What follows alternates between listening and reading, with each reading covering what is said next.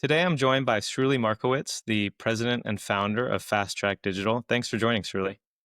Thanks, Scott. Great to be here. Yeah, so I know you've been working in Fast Track Digital in kind of a both a consulting role as well as now you are obviously an ISV working with your Paytram solution. So I'd love to hear a little bit more about Fast Track Digital as a company and the Paytram app. Kind of who it's what the application does, who it's built for, and what problems it solves. Sure. So just doing a little bit of a time lapse here over the past 15, 20 years. Started off doing working for a company. I was actually a family business where I had a bunch of different roles, mostly technology related. I was always like the geek of the family, the one where everybody's calling when everything's not working. So sort of software, software, business systems, just getting everything to work, a lot of, web work, things like that. So I wouldn't call myself a developer, per se, but I can pretend, especially now with AI and ChatGPT, I can certainly pretend. And that sort of evolved. That business was sold. I went off on my own, started Fast Track Digital, just trying to fill in the gaps that a lot of companies, would have friends and family and other acquaintances always asking me, oh, I need this to integrate with that, and these sort of smaller pieces. And that evolved. Again, I'm really going fast forward here, but that evolved into CRM in the Salesforce space, probably about 7, 8 years ago. Um, and so we started with Salesforce. I really like it because it allows people to, especially people like me, who again are not real programmers, but sort of the low code space. But unlike other low code products, you can always do full code as needed. And that was very appealing to me, and started getting some clients with referrals. One thing led to another, and today we've serviced something about probably 40, 50 clients, most of them full build outs, probably 30 or 40 full build outs, and a number of, taking over or doing small projects for them. Many of our clients are nonprofits. Probably 60 or 70% of them are nonprofits. The remaining are businesses in various industries, some healthcare, some HR, a lot of interesting ones. And that's really part of the beauty of Salesforce is that, if you're in real estate management, right, there's software for real estate management. If you're in healthcare, right, there's software for healthcare. But if Hmm. you're in some sort of, not in the box type of business, and there's probably not, or possibly not, software for you, then building it out on Salesforce is a great way to get exactly what you need for, at with great flexibility and a lot cheaper than building full custom. So all of our nonprofits virtually, and many of the businesses all had a payment piece in there, and they wanted to accept credit cards, either online and have that come into Salesforce, or they wanted to be able to save cards in Salesforce, or like managing payments and subscriptions for memberships or things like that, or even if it's donations, like recurring donations. And if you look at the market, what's currently on the AppExchange, it's not like a new new idea. We didn't invent credit cards in Salesforce, but the products there, especially the mature ones, are prohibitively expensive. In fact, one of them just raised their prices because $8,000 a year. And of course, Salesforce traditionally has been, aiming targeting the enterprise, who for $8,000 a year is nothing, and that's fine. But particularly for nonprofits who are on Salesforce, and many of them are, thanks to Salesforce's, great, philanthropy and giving 10 free licenses and great, the power of us and great discounts. Uh, a lot of nonprofits are on it. At $8,000 for them is a lot of money. Even for companies, we're not serving we're not servicing, huge Fortune 500 companies. We're servicing small businesses, and they're paying a lot in licensing. There's third party apps they're paying for. They're paying us, and spending so much money in an app to take credit cards. Particularly when you can go, if you just wanted to take credit cards, like the parallel, right, not in a CRM, but like you had a web form and you wanted to do something like Jotform, right, or even Stripe with a page. I mean, you could do that for free or almost or no cost, $20 a month. So now that, because you're in Salesforce CRM, you got to pay thousands and thousands and thousands of dollars for that. That just didn't seem to make sense. So there are, and I'm just, that $8,000 is the high range, or from the higher ranges. But the other products are also quite expensive, $4, 5, $3,000. It's and then the features, right? A lot of them have, in order to use it, you have to use it their way. In other words, you need to go to their LWC that has certain fields in it, and you can make a payment. But that sort of breaks the workflow chain, right? Imagine let's just talk about a nonprofit, right? And they're doing telemarketing and they're calling their client, their existing list of constituents or donors, and they want to take a credit card donation over the phone. Um, so they're using whatever they're using, they're on the contact record, they're using a flow, a guided flow, a screen flow, and now they have to go somewhere else to take that payment. That breaks everything. Um, so when we started looking into these products that are on the market and looking into what our clients were looking for, they didn't really synthesize because number one, the price. Number two is the manner in which they're implemented. So we said, you know what, we're gonna solve this problem because we figured we have a clientele just from our own clients. We have a sort of a base to get this started. And thankfully, it paid off and it worked and it worked and it's true. And most of our clients did adopt our our Paytram software, which works with a number of gateways. We could talk about that soon. And they're able to, first of all, it's a lot more affordable. And number two is it's all screen. The beauty of this is that we spent a lot of time building this, all with screen flow components. So it can do anything. So if you, for example, want to say, after a payment, if it's a certain amount, do this, and if it's less than amount, do that. Take them to a receipt, take them to a signature page, to whatever you want. You can do it because it's just screen flow, and admins know how to do screen flow. The magic we're putting in is we're sprinkling in those payment fields, secure payment fields, where credit cards numbers can be put in, saved, transacted, refunded, whatever it is. And the beauty of it is, if you already have an existing workflow for this, you just want to add the payments to it because maybe now the payments are being done as a secondary step externally, you can actually just plug it right into your existing scenario, existing workflow.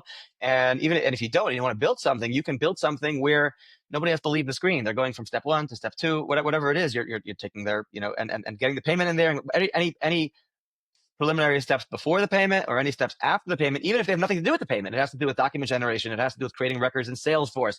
It has to do with sending them a link, a text message link.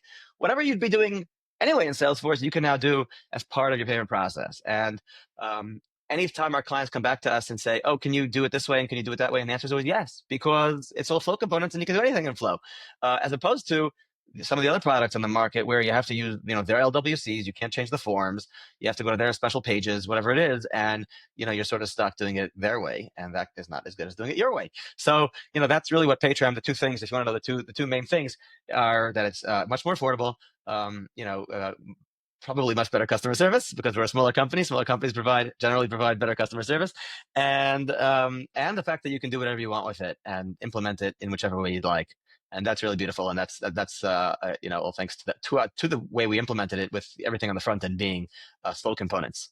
Yeah, that's really cool. So, I mean, I think that consultants kind of get a front row seat to some of the challenges, right, that folks are seeing in the marketplace and what's available on the AppExchange, and so it can lead into actually building something that works for all your clients. It sounds like y'all were helping a lot of nonprofits and evaluating what was available for everyone, and there was a gap between what they needed and what they could install, or perhaps maybe they were what was available on the AppExchange was out of budget. So you all were able to build something that was much more affordable and much more in line with what they needed, and it sounds like more flexible with everything based around flow. So that's really cool that it's a similar model what Stripe itself did. They took something that's very technically very challenging and very important to get right, and made it much more flexible. Obviously, they have a more developer bent than Paytram, but breaking everything up into flow components and screen flow components, and kind of giving people those Lego blocks so then they can build up what they need, is a really smart way of going about it. Yeah. And you mentioned Stripe. We do integrate with Stripe, of course, as well as a number of other gateways. The funny thing about Stripe is that they're perhaps the biggest and most well-known payment processing platform.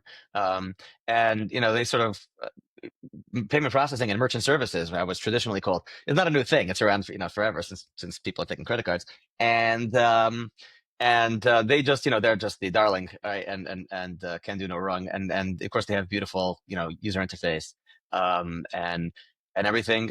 It's funny is that they do things very differently than traditional merchant services. So like we support 5 gateways, and 4 of them all sort of work the same way, with minor differences. And then Stripe is just like totally different.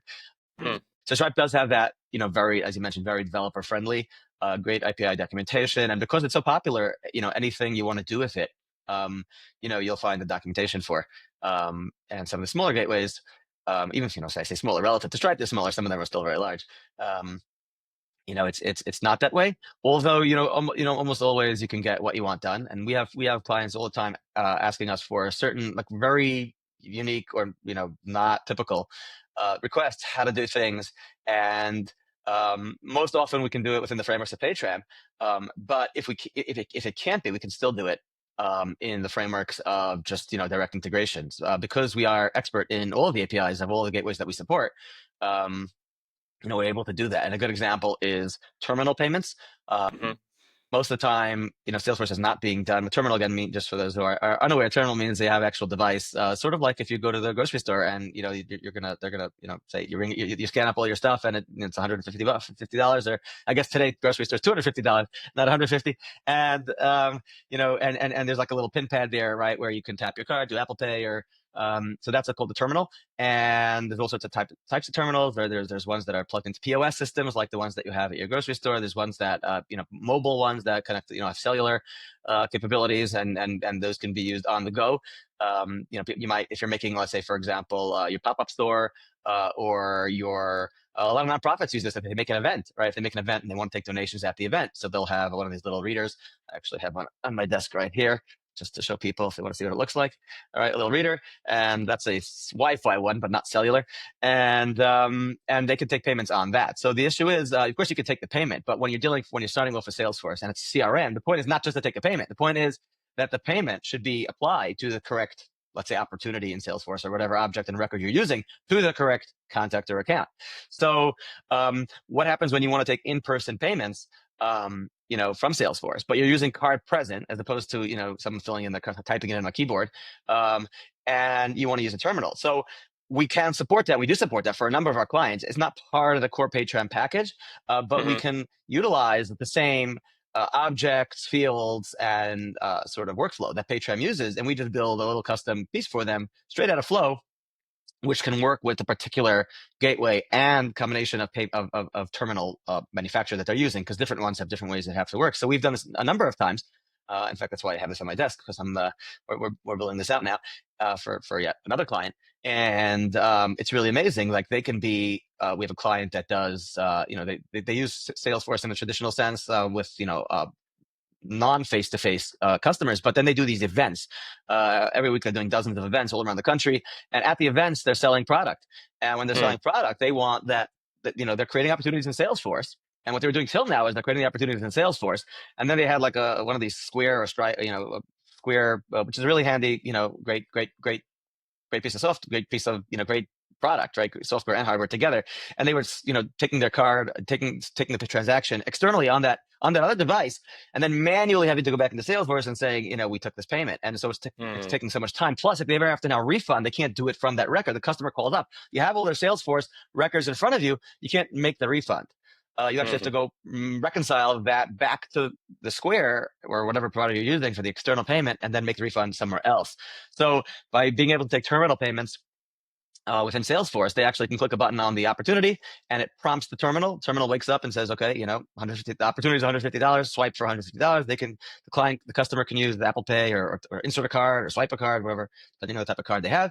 That goes right back into Salesforce, creates the payment, has the reference ID of the payment, and if in the future they ever, so first of all, their books are in order. It's a lot faster, and if they ever need to refund or void, they're all doing it from Salesforce. And that's just an example of something where, because we're using Flow, it's not like we have a fixed canvas to be able to develop with, and therefore we can Mm. accommodate these out-of-the-box requests that clients have. So terminal request, the first one that requested it was an out-of-the-box request. Then we got it a second time, and a third, and now it's no longer an out-of-the-box request. The only reason why we don't build it into the core Paytram is just because every gateway and every hardware manufacturer work a little differently, and Mhm. so we haven't. We're looking to consolidate the package to be something that works for everybody, and sort of leave the outlying ones into something we would do as custom development. But that's just a good example of the flexibility that we're able to offer.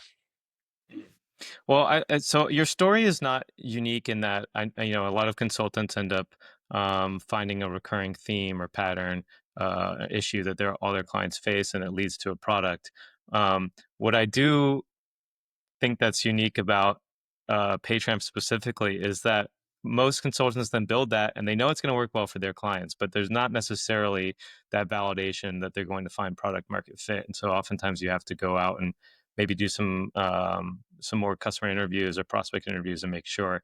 But when you're building out a product that's so tied to the ability to just collect revenues, whether that's donations for a nonprofit or actual fees for a for-profit company. Every company has to do this, nonprofit, Yeah, for-profit, exactly. whatever. So Payments you're very is close yeah. to like this is something that every company is going to need to do, right? Well, some companies are very B2B and everything's done with check and, wires or ACH, things like that. And it's not done with credit card, but particularly for B2C, almost everything is credit card. And even in B2B, there's a great advantage to credit card, because of course you're getting paid right away. You're not waiting, and you are paying, of course, the credit card fees, which are usually somewhere between 2 and 3%. But there's a cost to waiting for the check and depositing the check too. In fact, I remember where I used to work. They said that after I mentioned that the company was sold, I worked for a family business. The company was sold, so I stayed on there for a little bit before starting Fast Track Digital. And that company was part of a huge international conglomerate. And I remember that they said that to cut a check, right, to issue a check out, costs them $70 between the bookkeepers and the accounting managers and the supervisors, Mm, who are the different people that need to see it, and mailing it and tracking it and making sure that it actually was deposited, right? They conservatively they estimated that for them to pay something with a check cost themselves $70 in time, which is mm, kind of crazy. Now, of course, if you're paying 50, a high dollar ticket, I don't know, $20,000, $30,000 bill, with a credit card, the fees that the merchant is going to incur, 2, 3% of that kind of volume, can also be, a significant amount of money. But it's also, you get the money, right away. You're not waiting for bank holds. You're not where, if the money goes through, you basically got the money. There's a lot of advantage, unless it's going to be a chargeback or something, which, is seldom, but it happens. As opposed to checks, which, bounce more. You got to go to the bank or you have to scan it in. If it's a large amount of money, they hold it for 7 days. Sometimes, of course, every business, depending on your relationship with the bank. But there's something very seamless about credit cards that make it worth the 2 to 3% for many companies. And particularly when the person paying is happy because they get the points or cash back or whatever it is, and the person receiving it is happy because they get the money right away. And many mm, companies, it's actually becoming more and more and more popular. mm, Surcharging, right? Surcharging means that the merchant, right, the business, is charging the customer for the opportunity or benefit to use the credit card, right? Because why should I pay 3% if you want to pay me with credit cards and you should get your cash back? You pay the 3% if you want your cash back. And that's what's happening. And that's called surcharging. It's actually regulated to some degree. Different states have some different rules about it, I believe, but overall the industry is regulated. It sort of means that if you just say, hey, I'm going to charge you 3%, or, some people try to price gouge and say 6% or something like that and make some more money on it, then you officially you can't really do that. You have to be like registered with Visa and all that, and say you're doing surcharging, and of course then Visa charges you $25 a month to do that. But so there's a way to do it, and it has to show up on there's technical things like how it has to work. Like it has to show up on the receipt. It has to say like what the original price was, what the surcharge price, make it very clear exactly what the surcharging fees are. But the point of the matter is, people are doing this. People are doing surcharging. People want to do it in different ways. People want to surcharge debit cards differently than credit cards. People want to, maybe they only want to surcharge you if you're paying certain types of bills over a certain amount, or maybe only if you're paying after a certain date. So there is this thing in accounting. It's called dunning, and basically the idea of dunning is that you get incentivized, or rather penalized, for not paying in a timely fashion. So the basic idea of dunning is that, let's say you have a $100 bill and you invoice the client. So you don't have their card on file, right? If you had their card on file, you could just charge them if that was your arrangement. But if you don't, you're going to send them an invoice, and now they got to pay it. Let's say your terms are 14 days. So you might say, well, if you pay early, you get a discount. And if you pay late, actually, now there's going to be fees. And what's cool is that some accounting software, and you can do this in Salesforce too, of course, it will automatically adjust. So you can automatically tack on those fees, or tack on those discounts, you know, uh, based on the date of the payment relative to when it was issued. And all the rules, right? So that if it's a fast payment, then pay give them the discount. And if it's a delayed payment, you can add for every week that's delayed, you can add on another fee, or however it works. And so the same thing with credit card charging, with these surcharges. With Paytram, you are able to be very flexible and sort of add on the surcharges or discounts as needed. And this is all really part of Salesforce. It's not necessarily part of Paytram. It's just that Paytram gets supported because it plugs into your regular Salesforce workflow. So we're going off topic here a little bit, but it's interesting how, No, how that's the industry, evolves now. Surcharging is like a thing, and when they started, when stores started doing it, people had a really bad taste in their mouth, like, you're charging me to use credit card. But now, I think now people sort of expect it. I think gas stations have been doing this for a very long time. There's two prices, at hmm least in New York where I live. But so credit card is there for everybody. Like you're saying, every business, or most businesses, are to some degree accepting credit card somewhere, sometime. And why not? Why not? Why have to do it externally in some place that's not connected to the Salesforce? Have it all in Salesforce. Sure, sure. I wasn't familiar with the actual term dunning, but I have seen that same flow, net 10 over 30 payment terms and things Yeah, like that exactly. businesses will often do. So it's cool that you support that. I can tell just from chatting with you, your passion and knowledge in the industry, and it showcases a high barrier to entry to get into this because I think a lot of people assume like credit cards are very straightforward. There's just a tack on a surcharge. How hard can that be? But I know there's a lot. Obviously, as you're getting into, there's so much under the hood going on, and like you were alluding to earlier, there's, I believe there's like different fees whether the card is present or not present, and all this kind of For things that sure. Yeah, yeah, for you sure. have to take care of. So Yeah. I Right. it makes sense that it's more challenging to get into this than I think people think. So it's probably a good barrier Well, to entry anybody in. can get into any industry, right, and pretend they're an expert. Um, and but when push comes to shove, you see who the experts really are. Because it's not really a high barrier entry to do this. The software, I mean, it is. Definitely cost us, well over six figures to create all the software.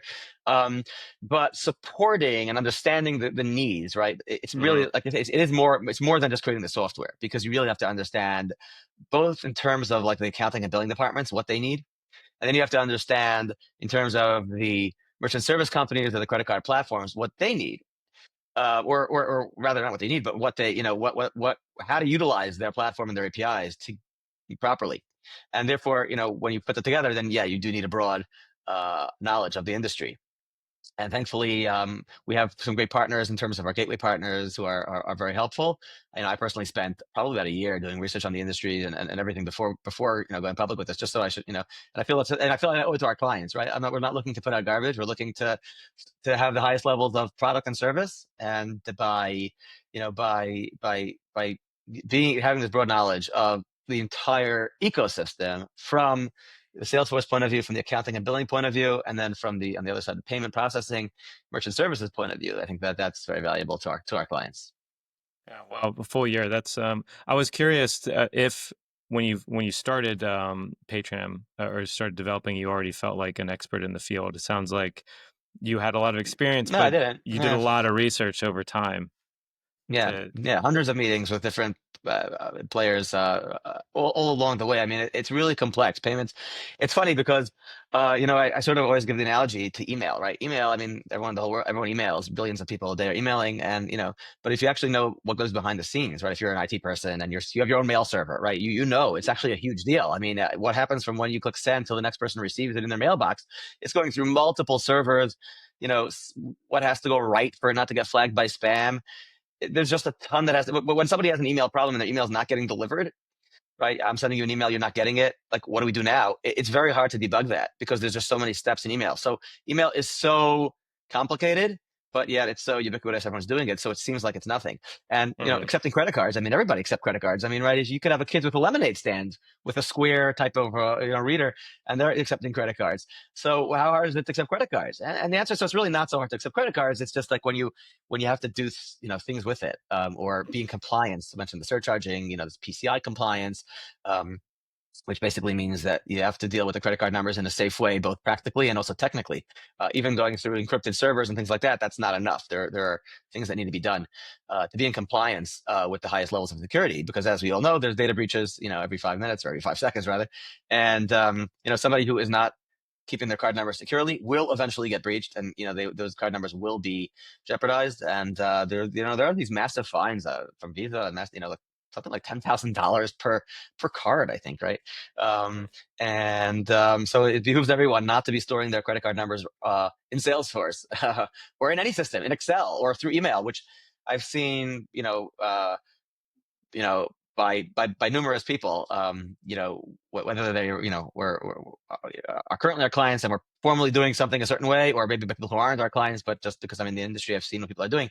The amount, it's just so much easier to email a card number or text it, or send a picture of, text the picture.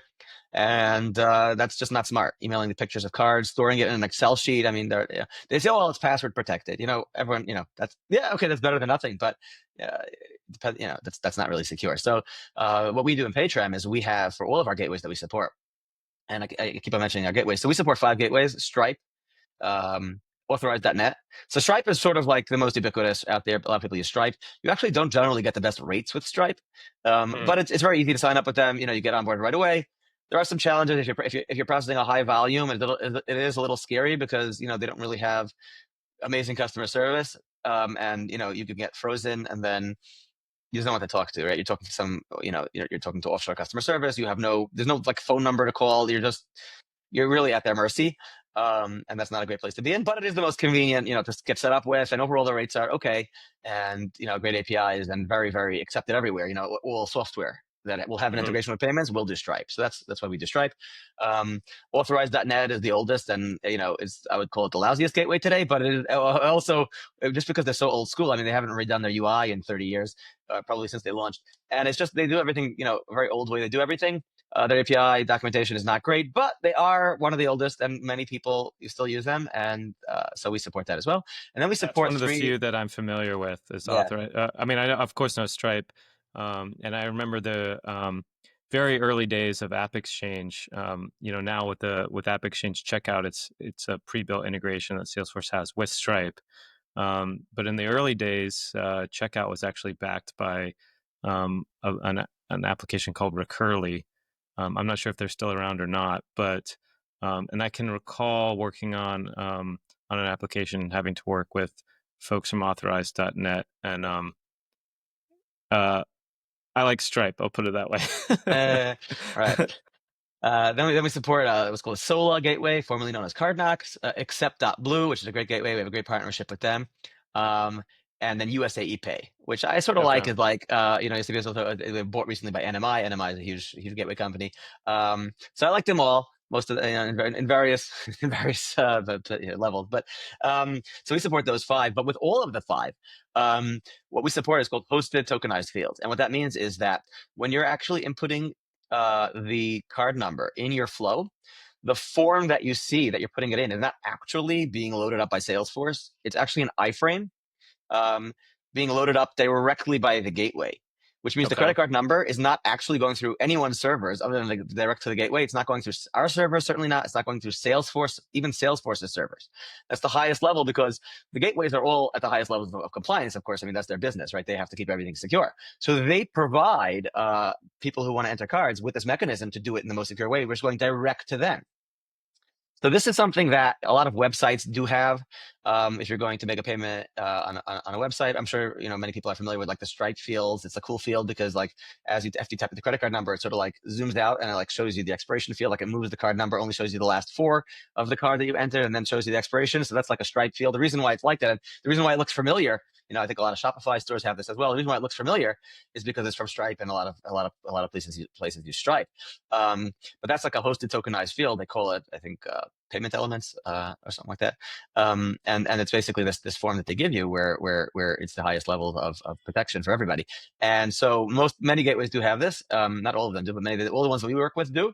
And we're using that feature. So whereas in many of the other products that are on the marketplace in AppExchange, including some of the biggest ones, and I'm not going to say names, but including some of the biggest ones, they're not using this. The information that you're sending to the gateway is going through Salesforce's servers to the gateway. It is encrypted. It's HTTPS encrypted. But by doing that, you are in compliance. I mentioned before PCI compliance. That means that you have to you sort of ensure and attest to once a year. You have to actually take this self questionnaire to sort of put in what you're doing and how you're managing your credit cards securely. And they have different versions of this of this questionnaire. And the easiest version, which only has like 6 questions on it, is if you are doing with hosting tokenization, and therefore the credit card numbers are not being exposed to anybody's servers other than the gateways. But if you're not doing this, then you have to take this like 80 question test, questionnaire. So it behooves everyone to do it, both practically and in terms of it makes it easier for your PCI compliance. But actually, an interesting thing, unrelated to Paytram, but I find it fascinating, is that the hackers are always getting smarter. So whatever we do to try to prevent, and prevention is always a pound of all that business. They're just always a step ahead. And now what they're doing is, if you have a website, let's say an e-commerce website, and you have your credit card field on there, what they're going to do is they're going to make their own credit card fields that look like your credit card fields, hack into your site, replace yours with theirs. And now customers are entering the credit card. It's actually, you're intercepting them. You're getting, you might be getting the raw card numbers, and now they have some time until the people figure out what's going on to do what they want to do.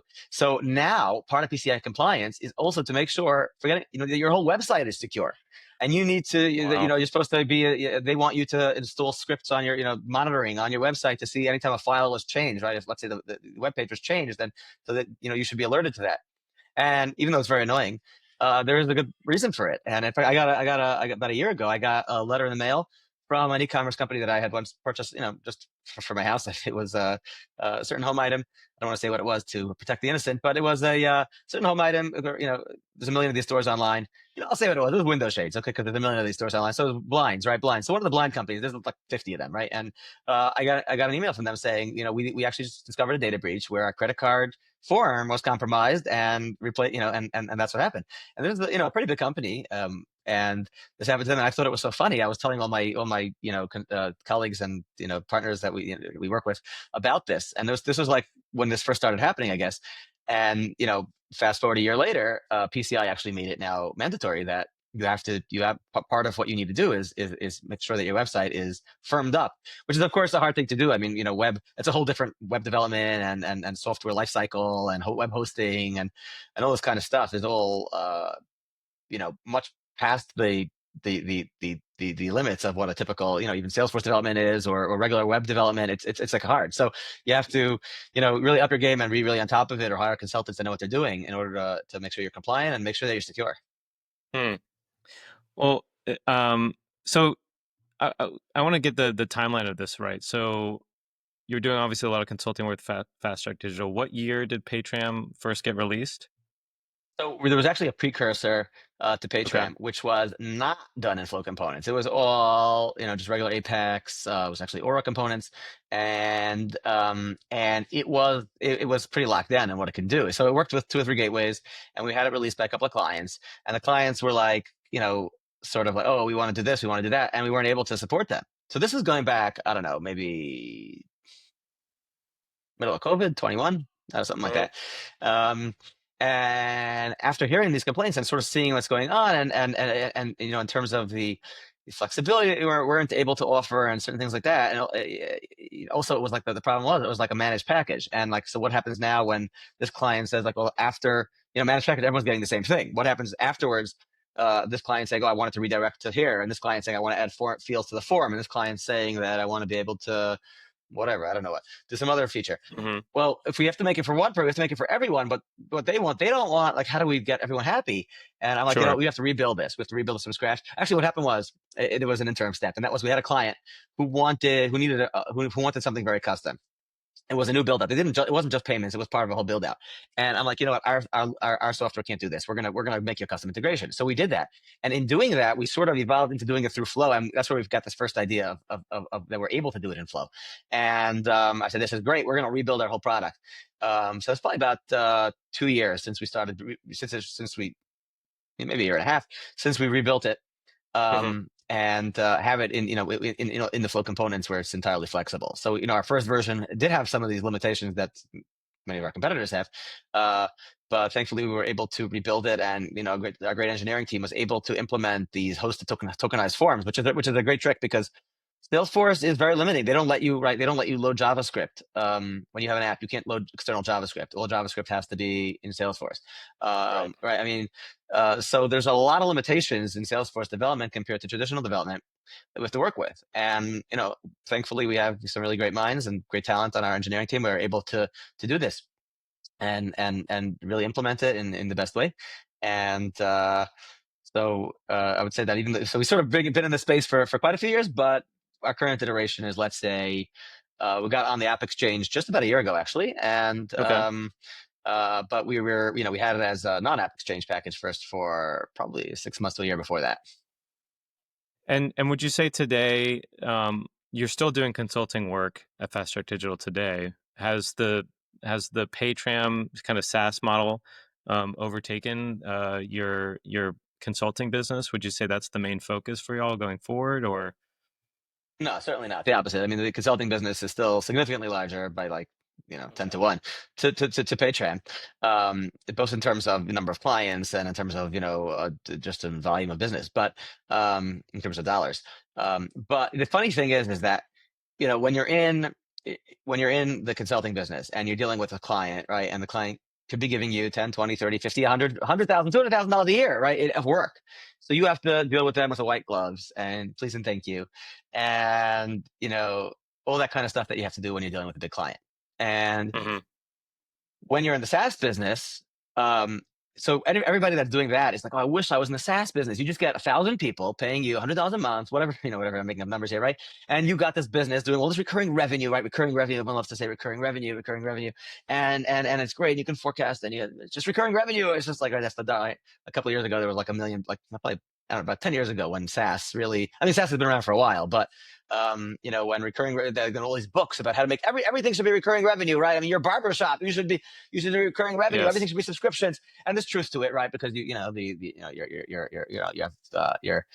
peop- your whatever all the advantages, right? There are clearly many advantages, in terms of your income and forecasting, and in terms of the dealing with people who are leaving and all that kind of stuff, right? The churn and all that. So all the people that are dealing with it and have to say please and thank you and bend over backwards and really deal with these sometimes very annoying, and sometimes, and most of our clients are really amazing. So shout out to you. You guys are great. But here and there, people have deadlines, right? Our fundraising event is coming up, our dinner, our whatever, or we promised the CEO that this feature was going to be done yesterday, and all that kind of stuff. And you have to bend over backwards to satisfy them. Well, you're a SaaS business, right? Like, you don't have to do that. You have your business, and of course you want to give the highest level of customer service, but the expectation of the clients when they're paying, right? Nobody ever called up Microsoft and said, "Hey, I'm paying you, $12 a month for O365 subscription. I expect you to get on the phone. If I call you, you answer Yeah. my phone right away." Well, no, you'll spend an hour and get someone offshore who may or may not understand what you're asking them, and then you have to escalate to the manager. Whatever, everyone knows what we're talking about. I mean, sometimes it's great, but oftentimes it's not great, especially when you have a complex problem. And I mean, look on Reddit, right? any company what people are complaining about. So um, when you're SaaS business, oh, that's amazing. I don't have to provide that level of customer service, right? So that's great. So everybody that's in the, agency, isn't everybody, but people in the agency business, like, the grass is always greener, right? They're looking over at the SaaS business and saying, "This is awesome. I wish I could do that." But when you're in the SaaS business, so there's two things actually that are funny. So when you're in the SaaS business, you realize that it's not so easy to get 1,000 clients.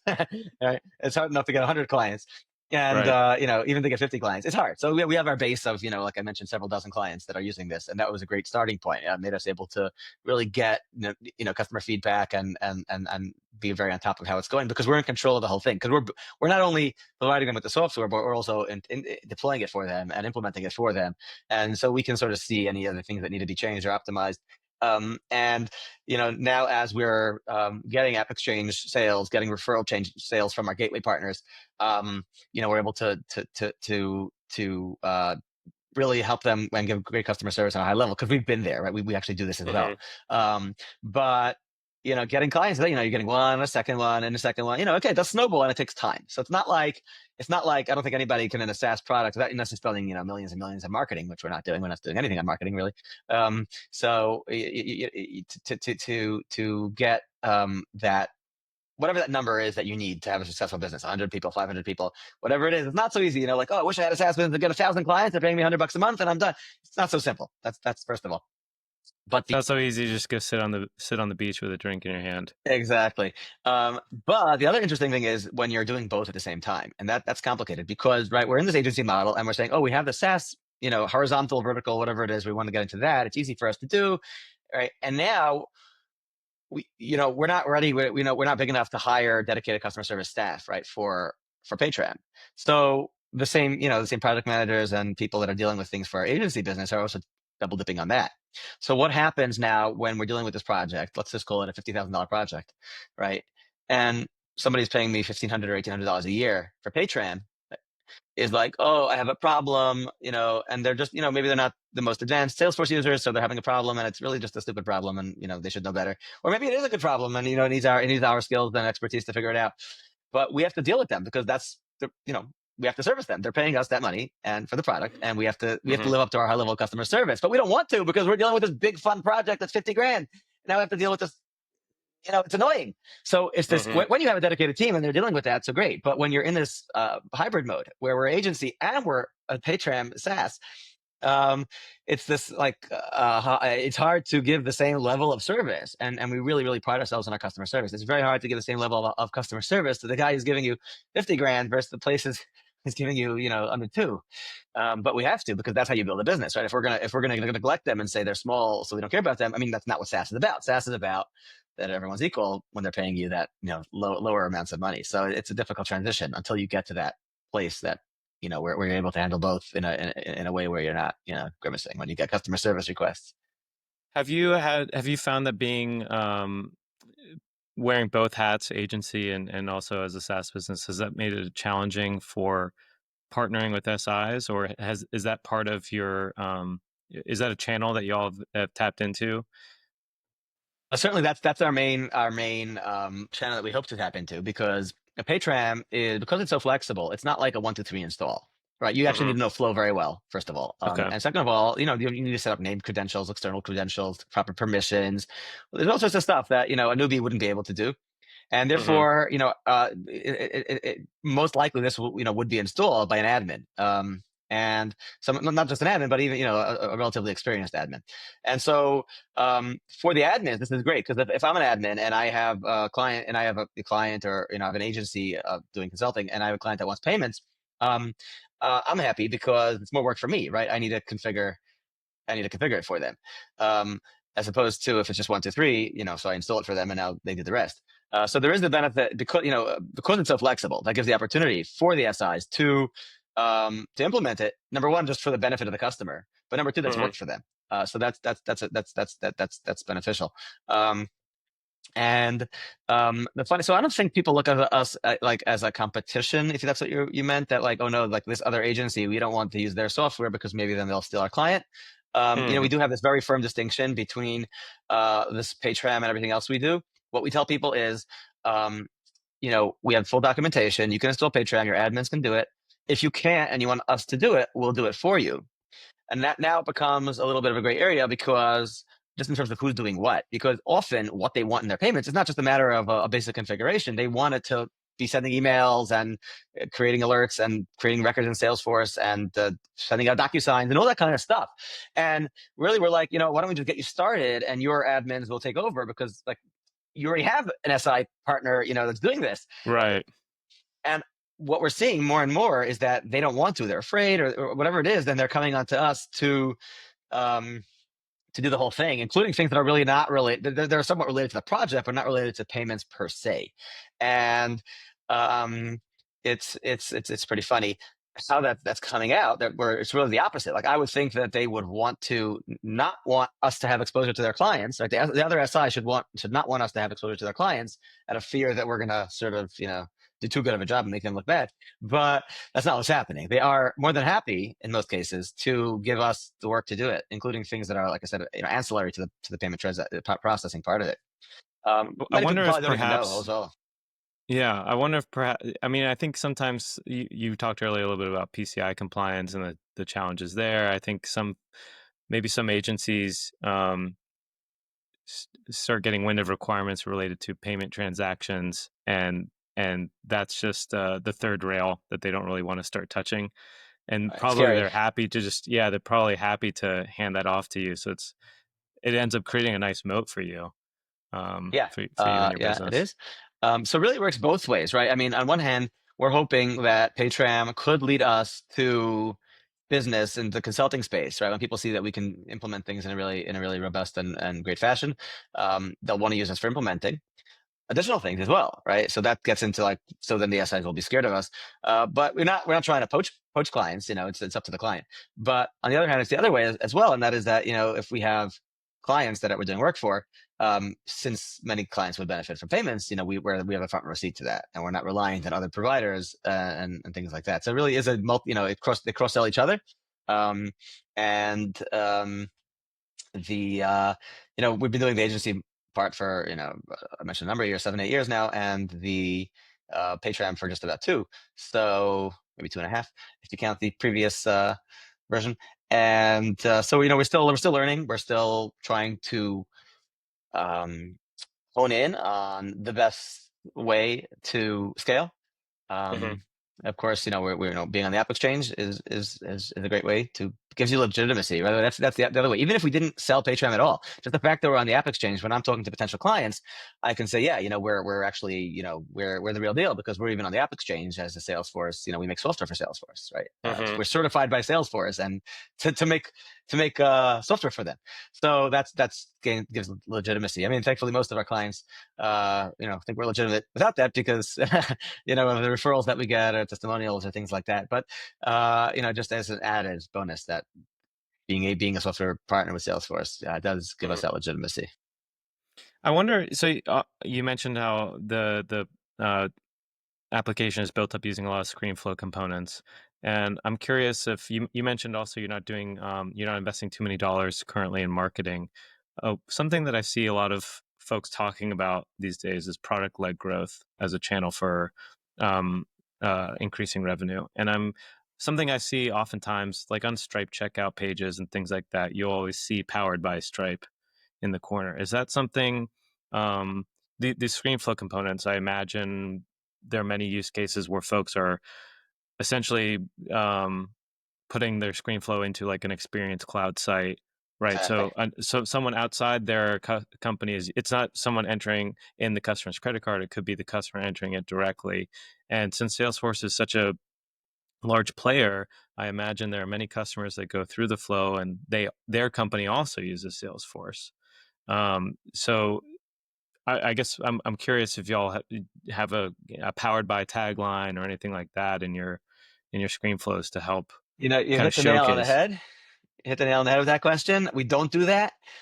We probably should though. And in fact, just this week, or maybe it was last week, we have a client we're doing a full implementation of Paytram for. Again, this is actually a pretty big corporate client where they have they are using Stripe currently, and they're switching to Hmm. traditional merchant service processing because the rates are much better, and they can do surcharging and all that kind of stuff. And most of the payments are coming from experience sites, digital experience sites. And one of my engineers mentioned to me, like, "Hey, because we're replicating their existing workflow and replacing it with the Paytram one. And currently, they send people to a Stripe checkout page." And one of my engineers was like, "Hey, you see, it says powered by Stripe. Why don't we add that to Paytram?" That under our components it should say powered by either Paytram or Fast Digital or whatever. Hmm. And I'm like, oh, interesting. A lot of times you do see on advertisements on the bottom of websites in the footer, right? It says who the creator was, the design agency, giving themselves credit there. I was like unsure. I'm advertising on their site, but you're right. That's what a lot of big players do, and like Stripe, and we really should do it. And Yeah, hopefully after this call, I'll go and make a ticket for my engineering staff to to look into that. there you go. Well, and even if you feel, like you said, you're advertising their site. I mean, I think some players in this space they have a tagline they use to initiate that product led growth, but then you can also just pay a little more, and then that tagline is removed. So Right, it right, could right. you could end up being a way to raise revenues that way as well. And I want to go back also to something you said earlier related to price. So it sounds like one of the ways that y'all are differentiating yourself is that you're a much more cost effective solution for these smaller, medium sized businesses and nonprofits. Um, have you, and now that you've been on the App Exchange for a little while and been live for a few years, have you had to reevaluate your pricing or, or your model in general? Um, Interesting. Also, a great question. Um, Not yet, but we're thinking about doing that. And we're thinking about Okay. thinking about it. So right now, our price is basically, like, there's two ways that you can price something, right? One is several ways. One is based on just what the competition is doing, right? If everybody's charging a dollar for a soda, I'll charge a dollar for a soda. If everyone's charging $1.50, I'll charge $1.50, and so on and so forth. Um, the other way is just what people are willing to pay for it, right? So if I Hmm. can have the best platform out there, but if I'm going to charge $1 million for it, and people aren't willing to pay for it, they're not willing. Now, of course, generally people's willingness to pay for something are based on what's on the marketplace, how much ROI it brings them, and all of that. But you know, it also, part of that depends on your clientele, right? So if my clientele are nonprofits who don't have so much budget, right, or smaller businesses who budgets are, maybe that are not the same as some huge company. um if I go and say, I have this payment product for you and it costs whatever, and that's just even if it's great and they would have ROI, they just don't have the budget. So like, it has ROI but not budget. That's a funny thing, but that's just what happens often. And so part of the way we're pricing is we're pricing in a manner that the clients that we deal with, Hmm. um, should be affordable for the clients that we deal with. And the clients that we deal with now, it's not like a scientific price. We charge $1,800 for a license, or $1,500 annually, and it's for all users. It's not like these are licensed for per org. So it's $1,800 a year, or $1,500 for a nonprofit. Give them a little discount there, and um, that's, I think, the best price of any player on the AppExchange for this kind of software. Our features really, I think, do parallel. Besides the fact that we're more flexible, I think we do have all the features that anybody else has. We have the same features. Some of the other products support more gateways. They might support 50 gateways or 80 gateways or whatever. Hmm. Basically with, the Stripe and then the traditional merchant services can really work with any of the gateways that support them. And most gateways support most banks and whatever. So really, we could work with the 5 gateways that we support. We probably could, support 90% or whatever of the United States market of credit cards. So I don't feel the need to try to bend over backwards and support 50 other gateways. But Hmm. because these other players are supporting 50 other gateways, now that's why, perhaps one of the reasons why, they have to have a much larger engineering team and charge much, much more. Hmm. Because they're doing much more work. Now, I like, my sort of strategy is like, you don't need that. Most people can use any of these gateways, or most of them, no matter what merchant service company they're using. So really, it's I think it's getting in front of the merchant service companies, or the gateway companies rather, and telling them, when people call and say, "Do you have a Salesforce integration?" Say yes, and refer them to us. And then the SIs as well. The SIs, when people talk about, hey, payments, they should know about us. So um, we're right now a freemium product where we do have a totally free, um, payment processing Hmm. using authorize.net, and only to transact. In other words, you can't void a refund, you can't do subscriptions, you can't save cards, um, and it only works with authorize.net. That's our free offering. And the reason is because since I sort of figured authorize.net is the probably the most popular one. I would imagine, particularly among legacy providers, legacy people are doing it. So, we'll offer that. Also, pretty easy integration. Stripe is actually more difficult, believe it or not. And so we decided to go with that one, and then limit it to just do transactions. And it's a way for people who just want transactions. Okay, so you have it for free, but it's also a way for people to get their feet wet. They can start using it that way, and if they want to, and most clients do. Very few people, I think, are just using the free one. They want to upgrade to the paid one, which allows you to save cards securely, make recurring schedules, void and refund, and so we're a freemium product, but most of our competitors are not premium products, right? They just charge, Hmm. and they charge a lot more. And I sometimes wonder, if, because we're different, maybe that's actually bad for us. Maybe being cheaper is not good for us. Maybe it makes us look as cheap. Maybe it makes us, Hmm. we're freemium. Why do we have to be freemium? Now, of course, we're newer. Those other ones are around for at least 8, 9, 10 years, and so maybe that's why. And so therefore, we are trying to re-examine a little bit, and from a marketing perspective, so there's two reasons to change pricing, right? One is from a marketing perspective, like, what will that do for us, right? If we're not freemium, or if we charge more, will that actually give us more business? And then the other thing Hmm. is, of course, obviously everybody wants to charge. We're not trying to be, just like the Robin Hoods here and saying, oh, we're just, well, maybe Robin Hood's a bad example, but we're not just trying to be this, generous, good doers, having cheap software so that nonprofits or smaller businesses can get payments for cheaper. That's not our mission in life. Our mission is to make money. Our mission for business, at least, is to make money. Not Yeah. for life necessarily, but for business is to make You money. got to keep the And the lights reason, on. I understand. You got to keep the lights exactly, on. and the reason why we're charging what we're charging is because we think that that's what's going to bring the most business. Now, if we can charge the same amount of money, if we can charge more money and get the same amount of business, right? Then heck yeah, let's do that and let's raise the price. Mhm. I have a friend who's in a business, software business, in a certain industry, and he works there. He doesn't own it, but and they used to charge like $300 a month or something. And a couple of years later, I look and I see they're charging $2,000 a month. And I'm like, how did you go from charging $300 a month to 2,000 a month? And he's like, well, we raised prices little by little and no one complained. So that's where we're at. And, um, and now they're a huge business. They got millions of dollars in venture capital and all sorts of cool stuff going on. So, there's a certain, like, we're assuming that people, our clientele that we do business with and that we have access to, so to speak, which is like we're not dealing with Samsung and Nike and these types of companies. We're dealing with smaller businesses that are using Salesforce. The ones that so those businesses, we were thinking that $8,000 or $5,000 a year is too expensive for them, so we're going to charge a reasonable amount of money where we can make a little money. It's reasonable for them. Hopefully they'll use us, and it's $1,800. It's not like a magic number, right? We can try pricing techniques and say, what happens if we charge 2,500? Are they going to say no? I doubt it at this point. Like, what about 3,000? What about 3,500? So I do think that in any business, pricing experiments are important.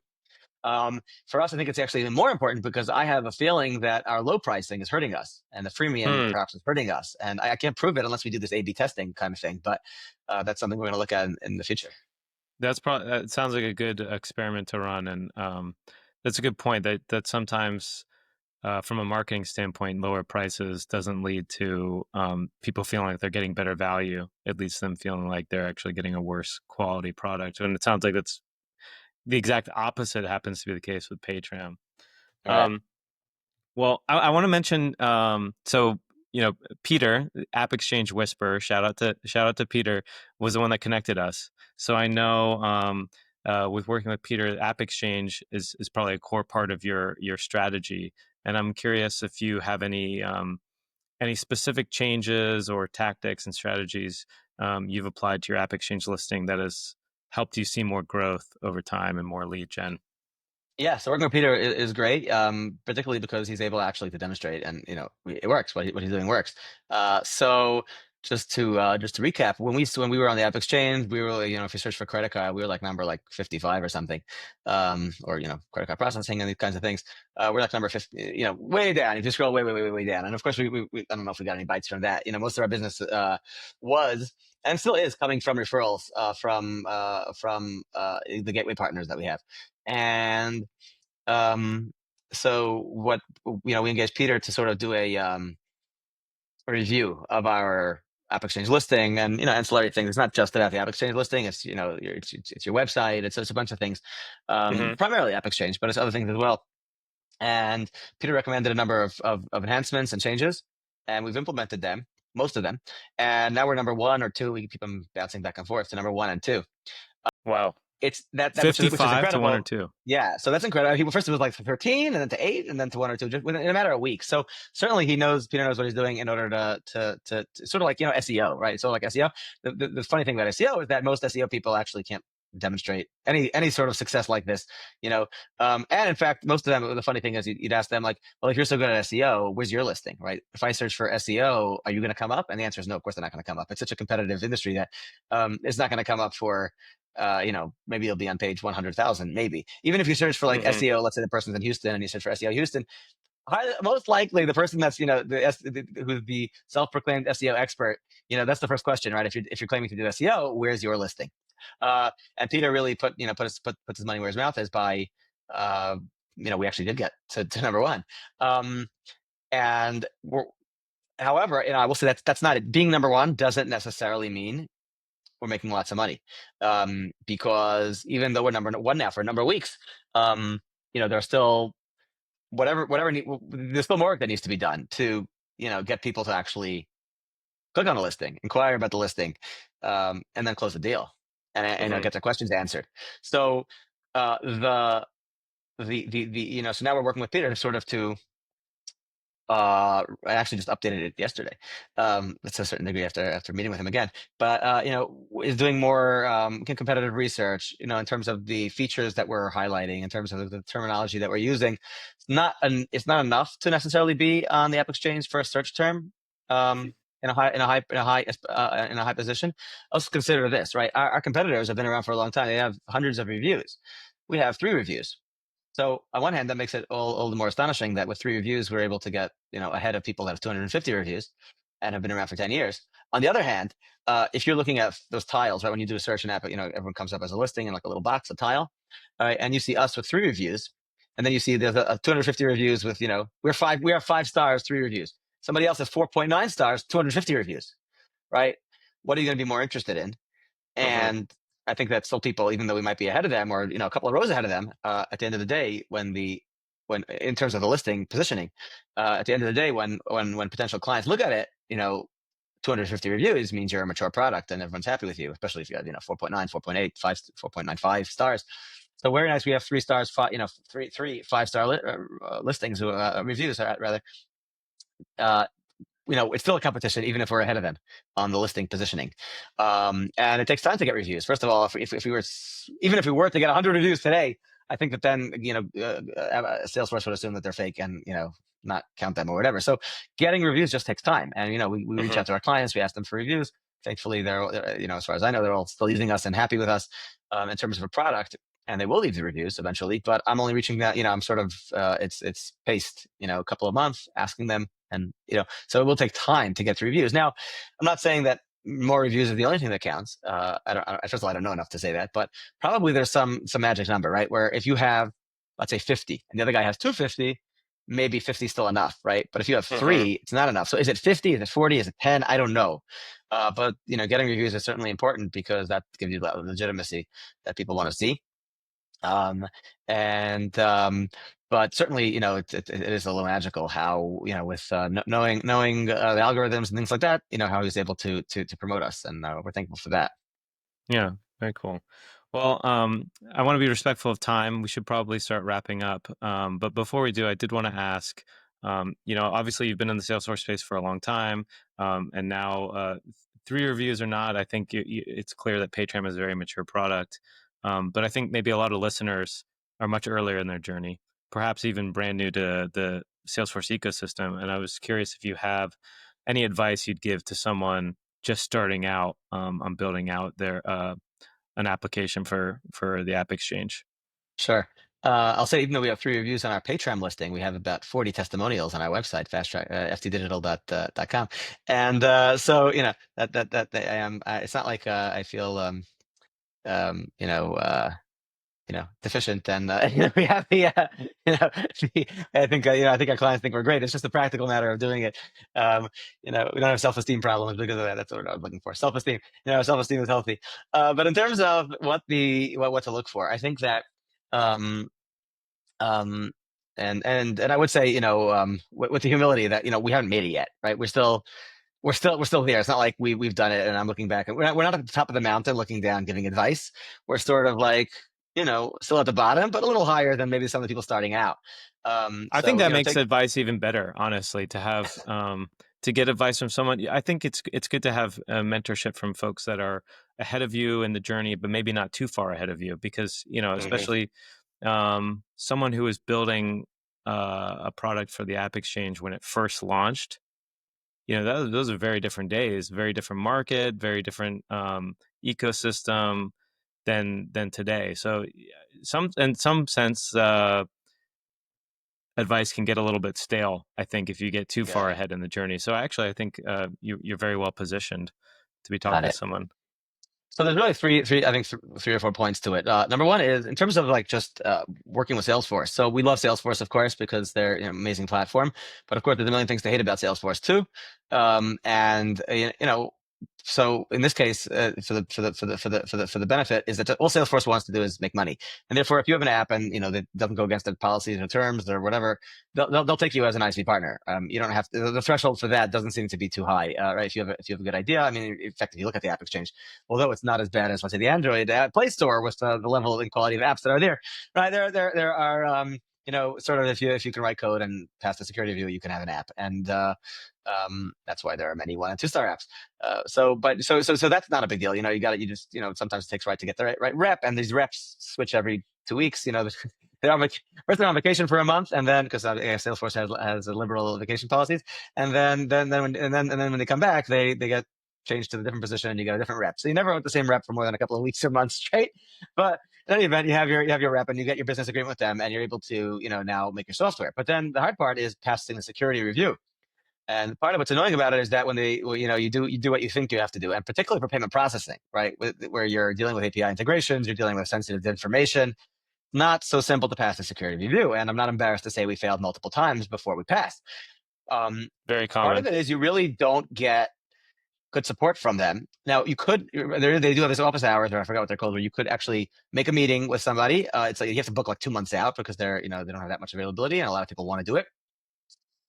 But the people that are giving the advice that is very helpful, but it's not as helpful as it could be. At the end of the day, they still don't know exactly everything that they say, well, I'm not the reviewer, so I don't know exactly. Well, get your guy, so the company should get their act together and figure out how to get people to pass it. I mean, right?